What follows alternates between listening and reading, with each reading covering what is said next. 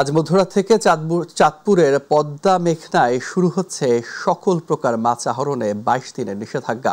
ইলিশের নিরাপদ প্রজনন নিশ্চিতে ৪ অক্টোবর থেকে শুরু হওয়া এই নিষেধাজ্ঞা চলবে আগামী ২৫ অক্টোবর পর্যন্ত। নিষেধাজ্ঞার এই সময় ইলিশ আহরণ, ক্রয়, বিক্রয়, মজুদ, বিপণন ও পরিবহন সম্পূর্ণ নিষিদ্ধ করেছে সরকার।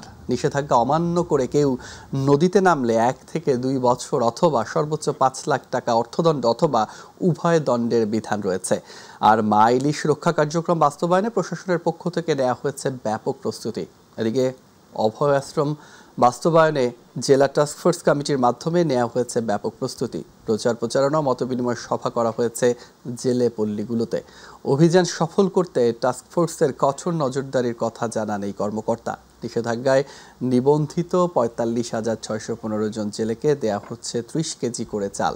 মাছের উৎপাদন বাড়াতে চালের পাশাপাশি বিকল্প কর্মসংস্থানের আওতায় সহযোগিতার দাবি জেলেদের।